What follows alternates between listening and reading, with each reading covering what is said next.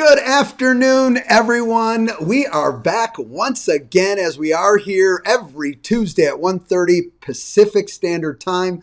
My name is Mark Stark. I'm the CEO of Berkshire Hathaway Home Services. We operate in Arizona, California, and Nevada. Welcome to all our viewers today. Today's topic, we are covering key ingredients that you must have if you are going to start or run and operate a successful team. What I like to call a brokerage within a brokerage. Now, as always, before we're going to jump into content here, I want to get our mind straight. So the first thing that I need everyone to do is I really want you to separate yourself from real estate for a second. Because if you're really going to internalize what I'm going to go over today, you have to internalize the concept that you're running an actual business. Forget about that it happens to be in the real estate sales and brokerage business. Forget that. I want you to internalize the ideas that, well, if I'm running any business, there's a specific foundation that I need to respect and put in place if I'm going to run a successful business, regardless if that's widgets, real estate, or anything else for that matter.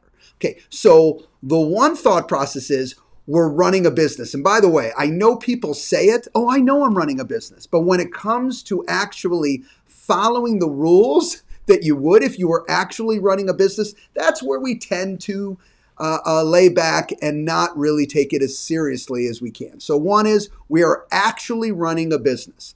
So I have two questions that I'd like to start, with today. You're thinking of opening up a brokerage within a brokerage, what the industry calls a team. Okay. Question one, why do you want to run a team? Why do you want to start a team? I want you to be able to answer that. And by the way, that's not just a simple sit down and a couple words. I want you to think about it and really ask yourself, because I have these two questions, and I have one more for you, will lay the groundwork and help you later, to determine, what direction and where exactly you're going. Okay, so why do I want to build a team? And the second, what are the expectations that I have of would be my upside if I did grow and run a successful team? Okay, so what are my expectations? What do I expect to get out of running this team? So why do I want to do it? And what are my expectations that if I do it and I jump in full board, at the end of it all, what are the outcomes that I'm looking for? Okay, I want you certainly not to do it now, but I hope you jotted down those questions, or you can copy them later and rewatch. But the kicker is that will lay positive groundwork and help you answer some of the additional items that we're going to cover today. All right, so let's jump in. I broke today up into kind of three main categories that I want to share. All right, and the categories really make up the foundation of even being in any business whatsoever, and in our case, the real estate sales business. All right, so first, jump right in with the first. If you're going to run a successful team, you need to have a strong business foundation. So number one is a strong business foundation. What makes that up? Number one, consistent process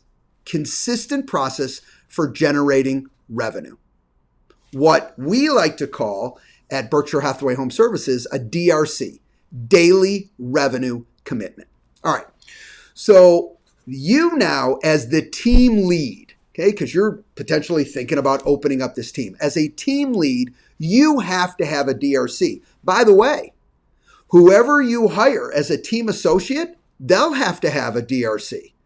But if you're not running your world by a DRC, your commitment to driving revenue, all right, why is anyone else going to ever focus on that? The importance of leading by example is very, very powerful. The number one aspect before you can move forward on any type of team is you got to be generating revenue. No businesses win without generating revenue. We want to control our expenses. I'm all about that. But guess what? They are not the most important aspect of running a business. Okay. The most important aspect is revenue. If any business can generate revenue, you'll fix the expense challenges if you have any. The reality of it is number one most important is what are you doing to generate revenue? Here's a silly analogy for you. It's like this. I equate that if you have no revenue focus day by day and you're not clear, it's like, and you choose to build a team, so you have no revenue focus, and then you jump in to build a team. It's like having a marriage that two people aren't getting along, and you guys go, what could we do to help us get along better? How about we have some kids? We'll just throw some kids in the mix to help us get along better. Not a good plan of attack. Not a good plan of attack to do that. That only makes things more challenging. So if you don't have your daily revenue commitment and you're not earning those dollars, you don't want to throw some additional people in the mix. It doesn't make sense. I mean, my kid example, you know what they become later? Witnesses. That's it. Okay. Not a big help in making the family get along better. All right. So silly example, but I think it makes a lot of sense. I think it makes a lot of sense there. All right.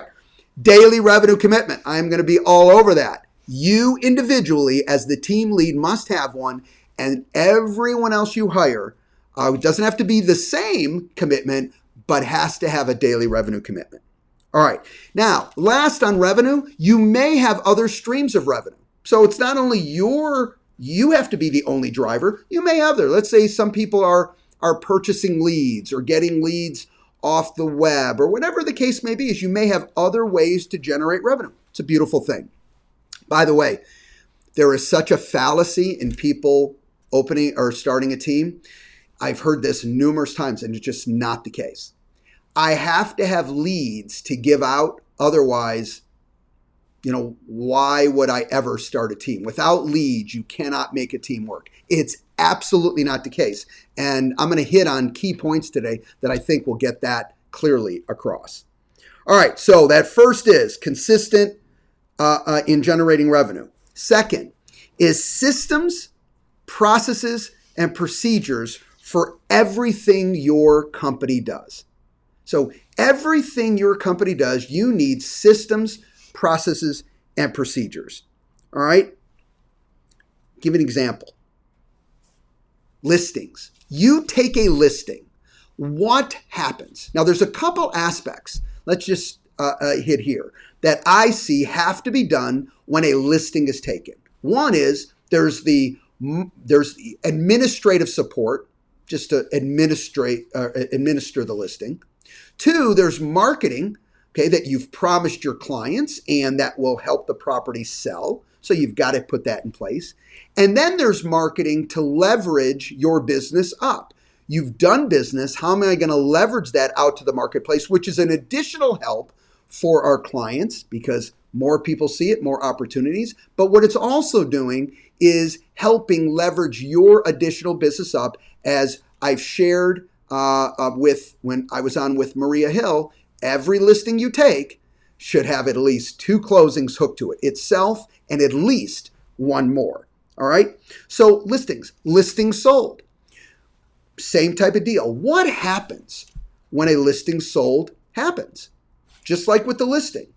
Here are these 15 items that happen every time a listing is taken.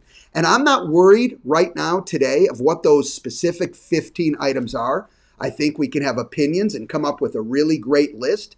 And then over time, you'll tweak it. That's not the message. The message is you need a process.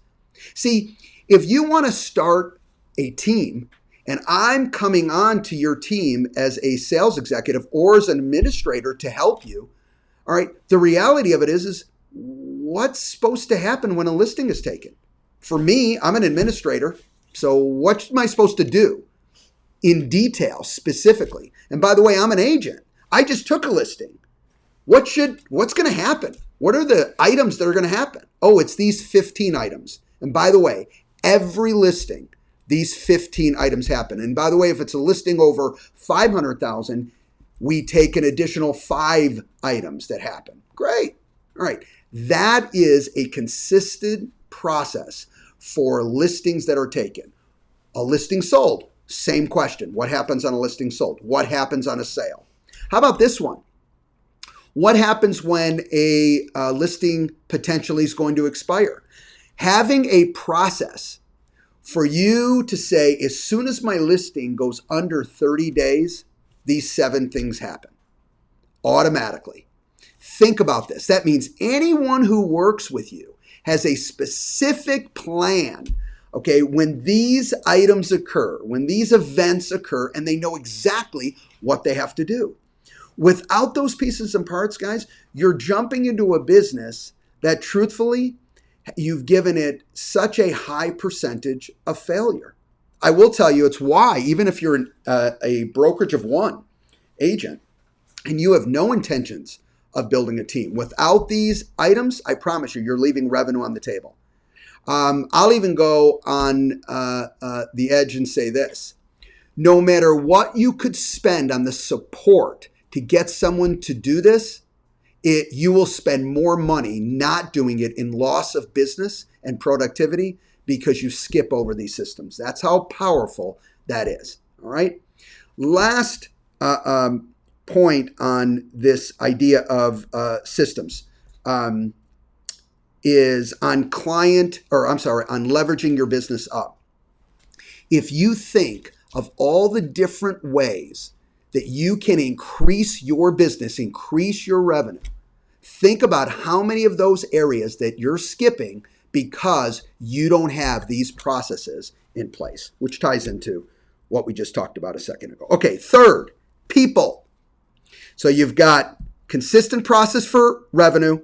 You've got systems, processes, and procedures, okay, for everything your business does. And now people. You have 2 groups of people. You have team associates that you would hire to your team, and you would have administrative and operational support. All right. I mentioned just a second ago, administrative and operational support, okay, to help you make sure that you're doing the job right. Now, if you're going to hire anybody, including team associates and/or, here's some thoughts. What traits and values are you looking for? I have to tell you, in our business, real estate people seem to be the worst hirers in the business. And I mean that respectfully. But you know why? Because we tend to hire people like ourselves. We tend to get excited. We're salespeople. We don't need a lot of convincing. We're in. Okay? We're pumped. And the reality of it is we end up hiring, 1, the wrong person for the job. 2, we didn't ask as many key questions as we should have. 3, we didn't even take the time to know which questions we should ask in the first place. We tend to go into it, I like this person. I've heard good things about this person. I think we're going to get along great. I like this person's energy.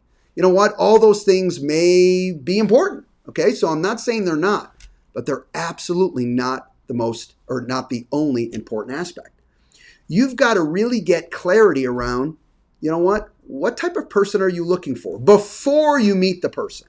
Don't convince yourself somebody has those traits. Sit down and go. If I am going to open up a team and I'm going to hire an administrator or an agent, here's the characteristics and the traits that I expect and the values that I expect these people to have. What do you expect from them? Okay, I'm a team associate. You're hiring me to your team. What is your expectations of me? If you're going to be able to talk to me, 90 days after I start, 30 days after I start, and you can look me in the eyes and go, you're successful. What does that mean?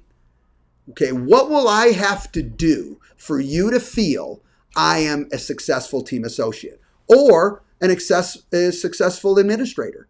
What is the real answer? If you don't have clarity on that upfront before you hire, okay, it is a recipe for frustration and in most cases disaster, because there's nothing worse than just going through people.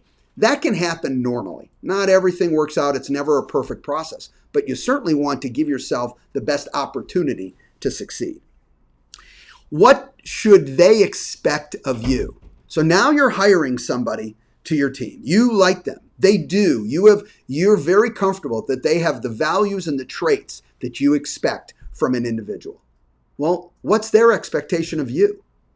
All right, you need to know this Maybe they're going to expect things that, you know what, you're not ready to provide or you're not set up to provide. No, I don't do that. All right. For example, and I'm just throwing this out as, well, I expect you to go on every appointment with me.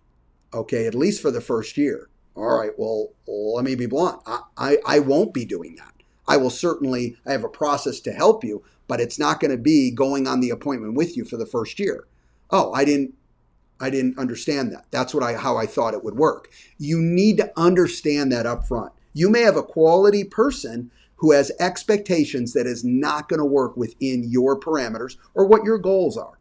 So guess what? Instead of waiting till this happens and disappointment happens, learn that up front. Everyone you hire, from administrative, operational support to team associates, should be set up to do the work that supports their highest and best use. Look, I know I've said this before, but for any real estate sales executive, you should be doing three things: lead generation, lead follow-up, and giving great presentations, generating more business. Don't get me wrong, there's stuff in dealing with clients in between that, but the reality of it is that should be the bulk of what you do.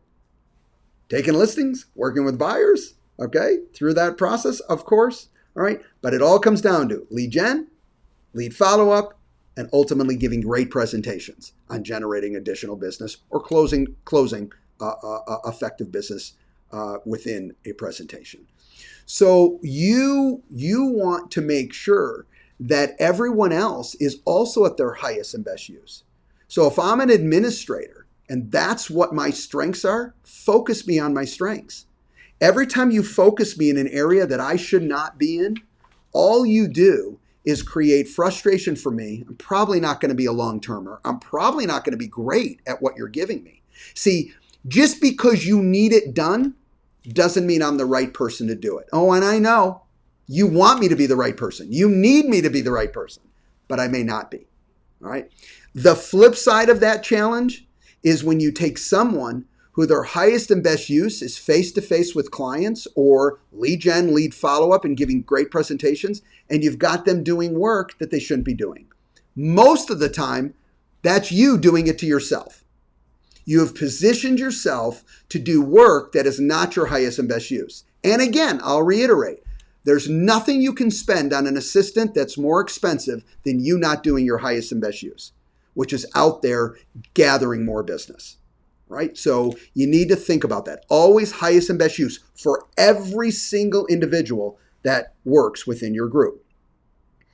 All right, second area is strong leadership with vision. When we talk about the alternative to leads per se, and by the way, leads are a normal progression of what happens within a successful team. If you're all productive and doing your highest and best use, I promise you, there will be plenty of leads to pass out, all right? That's not the issue. That's just not the reason to join a group, and certainly doesn't solidify sales executives to your group for the long term. Quality leadership with a strong vision absolutely does.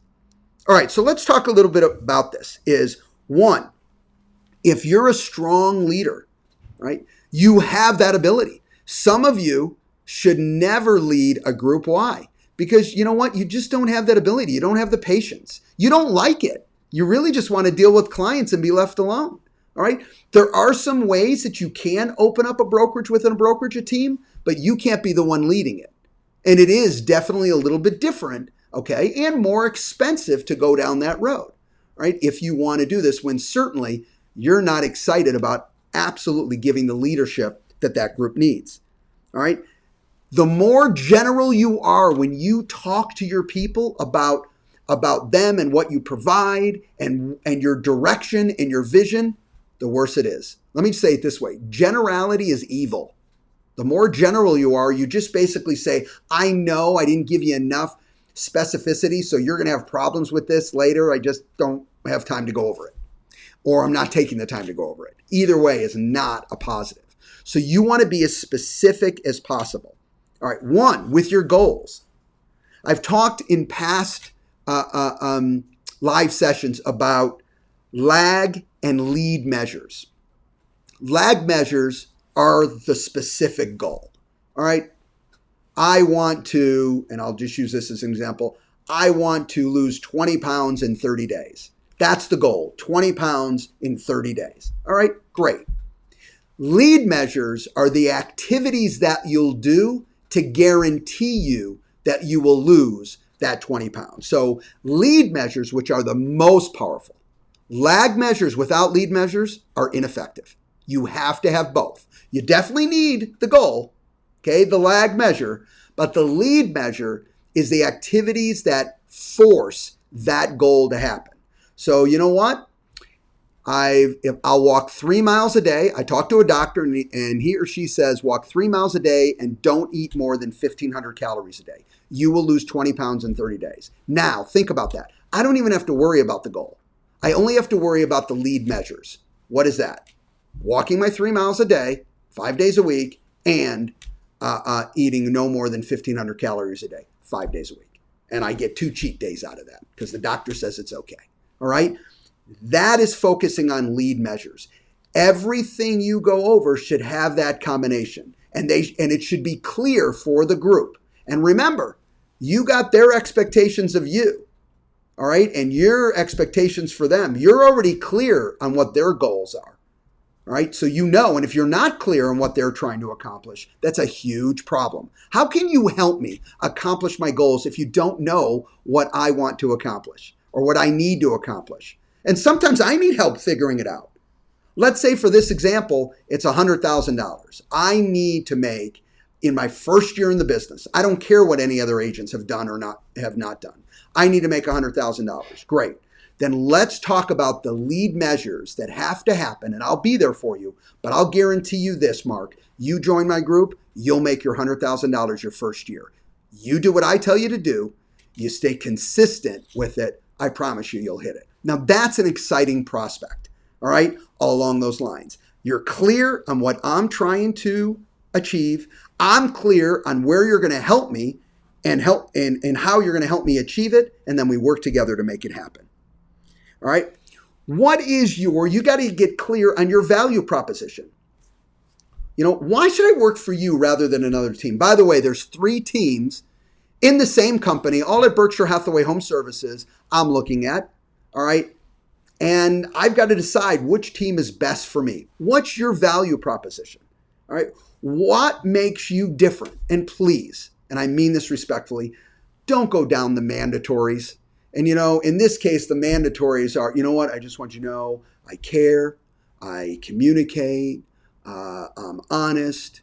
I'm hardworking. Oh, that's great because I was looking for a dishonest, lazy person that was going to rip my head off. Come on, guys. Okay. We're going to put those as the mandatories. Hopefully you're those. That's a must. What you want to share is why, with your value proposition, I have a higher percentage of success. You work with me, you'll hit your goals. You work with someone else, they don't have the systems and the processes and the procedures in place that help you ensure that you achieve your goals. They don't have my leadership. They don't have the systems in place, how we're going to communicate on an ongoing basis, so I ensure you achieve what you want to achieve. And boy, let me tell you, if that individual feels that difference, I promise you, split won't matter. All this other promises of leads and everything fall away. Unless, remember this, they're not really committed to working and doing what needs to be done to achieve their goals. Well, then people tend to lean someplace else because, by the way, if I really wanted to hit that 100 grand, I'd want to be with you, but I really don't. And I really don't want to work that hard. And I didn't think you're kind of intense for me, and I'm not going to go down that road. Guess what? You didn't lose anything, okay? Because all that would be is a situation where you'd invest a lot of time. You can't help me unless I'm committed to helping me. All right. Last, know your numbers and important stats. Not only on your business, but on the team associates business. You got to know the numbers and stats. All right. One, numbers of goals so you can get behind it as a group. You're all excited, you know, from the thermometers showing here's your goal and you're going to hit it. And we're all going to go out and have fun of course, with social distancing, of course, at this time. But whatever we're going to do, we're going to go out and enjoy ourselves. And I get my prize, I get my bonus, whatever the case may be, is if I hit this goal. Okay, you can have fun along those lines. But if you don't know your stats, specifically important key stats like conversion stats, I work for you. I have no problem getting the appointment. But I have a problem once I'm face to face with the client, either solidifying the buyer or taking the listing. Maybe I don't have any problem when I'm face to face with a client. I just can't get someone to have an appointment on the phone. I'm just no good on the phone. Okay, whatever the specific issue is, okay, in their conversion process or their strengths or weaknesses, the numbers, tracking the numbers will give you that answer. You will learn what each of your people need and where their weak points are and how you can help them. Okay, I'm never a big believer in turning a weakness into a strength, but this is different. It's overall part of their strengths. They're just missing a couple of the cogs in the wheel that they become successful. Maybe it is they're going down the wrong road. Maybe their attitude's a little different. Maybe they're talking too much and they're not asking enough questions. Whatever the case may be is once you know their stats, you can dive deeper into it and listen and find out where the true problem is. All right. This is still under strong leadership. I know there's a lot of content today and you'll be able to listen to it again, but I wanted to cover because these are so very important. Lead with clarity of expectation. You want to help me? Then you need to help me based on what your expectations are and my expectations are. So lead with clarity of expectations. Once you understand what we're both trying to accomplish, that's what you need to help me on. Hey, we're very clear. We're both trying to get to A and B. So let's do the training and the support around getting to A and B. We tend to make that net too wide and we train on so much stuff. And the reality of it is those needed questions will come up when they come up. But the kicker is keep that focus tight and moving forward on what you're trying to accomplish. This next one is big. Foster a culture, okay, number one, leading by example, but foster a culture of consistency, accountability, transparency, inspiration, and recognition. Listen, you might have some that you want to add to this list, and you might want to tweak it and maybe change some of these. I'll tell you this much. Whatever culture you have, you deserve. Okay? That goes for every company on the planet. All right? You know, people ask me sometimes and go, Mark, can you tell us about our culture? And I said, you know what? I can tell you about the culture I would love to have. Okay? And hopefully I'm close. But if you really want to learn about my culture, you need to talk to the people around the company. They'll really tell you how they're feeling and what the culture is. Not what just Mark Stark would like to say his culture is. All right, so you know what? We all get the culture we deserve, and it never ends. It's a constant tweaking process. But I will tell you, these 5 are really powerful. Consistency, accountability, transparency. Transparency is big.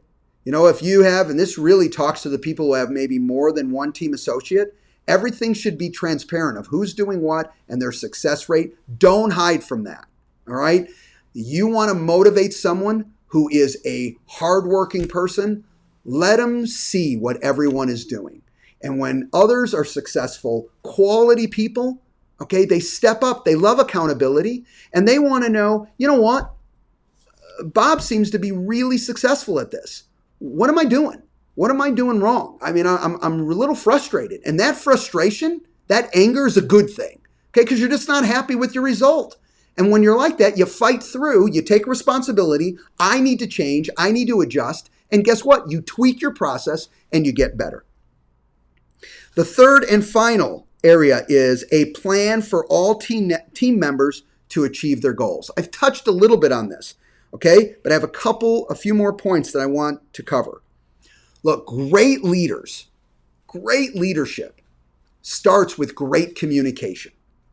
And if you're truly going to have great communication, which I promise you is important, okay, you should be able to talk about anything with your people, all right, that has to do with, they don't have to share every personal aspect with you, but overall, okay, about the business. You should be able to talk about anything, okay, specifically pertaining to that business, starts with a powerful conversation. If you can't have a powerful conversation, another way to look at that is positive conflict.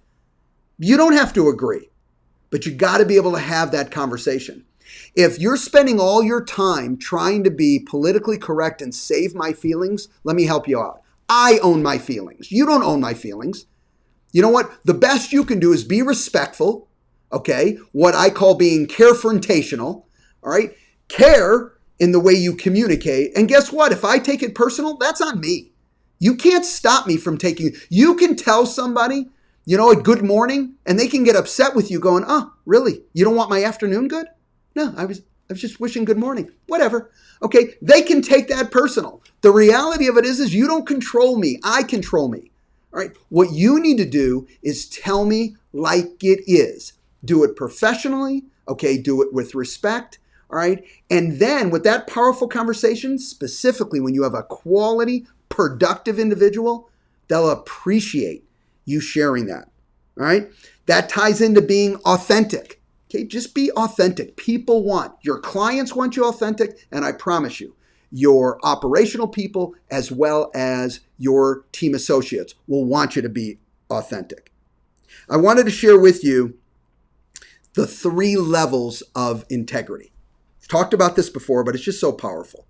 People don't realize that the lowest level, very important level, okay, the 3rd level of integrity is telling the truth. That's right. That's the lowest level. Telling the truth, and extremely important. The next higher level, okay, to the levels of integrity is doing what you say you're going to do. So now, lowest level, tell the truth. Second higher level is doing what you say you're going to do. You say you're going to do something, follow through, and get it done. And the highest level, okay, of integrity that you can have is saying what you're thinking. And please know this, that doesn't mean, the old saying, the golden rule of, if I don't have something nice to say, don't say it at all. I get that. We're not talking about talking down on anyone, and you're certainly not in judgment. So we're not talking about being in judgment. We're talking about you are trying to help this person succeed. And this is on your mind, and you need to share something with them. Okay. And that, you honestly don't know how it's going to go, but you know this much. You're coming from the highest level of integrity. You're going to share it, okay, openly, honestly, with being caring through that process. And let me tell you something, there are no better conversations. When you get past that conversation, you've given so much value, so much quality leadership, okay, so much power to that person to move their life forward. And I'll tell you, it won't only help them increase their income. You do powerful conversations, you'll help them have a better life, because those situations are happening again and again. And because you were one of those few people strong enough to share that with them, okay, you've helped them grow past that issue, hopefully. And if it keeps coming up, doesn't mean issues go away like that. You have to take some time, all right? But once you get through that issue is gone, not only in your scenario, but in many, many scenarios. All right. And last but not least is accountability is a must. All right. I talk about building a culture of accountability, but it's a must. And like I said, don't run from that. Quality, productive people want to be held accountable. They don't mind because they want to succeed. And they don't mind a little kick in the pants here and then. All right? Because they want to succeed. And they're focused on their success. And they're excited to hit that level of success. One real challenge, and there's a book on this called The 5 Temptations of a CEO. One of the temptations is you want to be liked, okay, more than you really want to get the job done. It's too important to be liked. That's a problem. Goals. That individual's goals should be more important to you than that person liking you. You know what? I'll take respect all day long. You may not like me, you may not agree with everything that I say, but guess what? From that standpoint, all right, I'm not worried about being liked. I'm worried about truly I can look myself in the mirror and say, I did my very best to help that person. Now it's up to that individual to step up and move forward. In conclusion today, look, building a brokerage within a brokerage, a team, is really an exciting prospect. And it's something that can generate a lot of other income for a team lead, all right? I think it brings a lot of value to everyone on the team. But separate from that, it is an opportunity in our industry to really run a brokerage within a brokerage, all right? We transformed our company to support that concept back in 2001, all right? And so with this in mind, okay, you can really generate more income, help people earn and succeed and hit their goals. But here's the kicker. You got to get serious about the concept that you are truly running a business. The foundation of what I discussed today needs to be there. You need to take into account it's a process, not an event. But when you have a successful team moving forward, all right, and you have these benchmarks in place and this foundational leadership in place, let me tell you something. You can truly be unstoppable. I hope today was valuable and added some really great content for you. As always, if you feel that way, please like it, please share it, and please follow. We'll be here every single Tuesday, all right, at 1:30 p.m. Pacific Standard Time, and I appreciate everyone's time and viewership. Thanks, everybody. Take care. Bye-bye.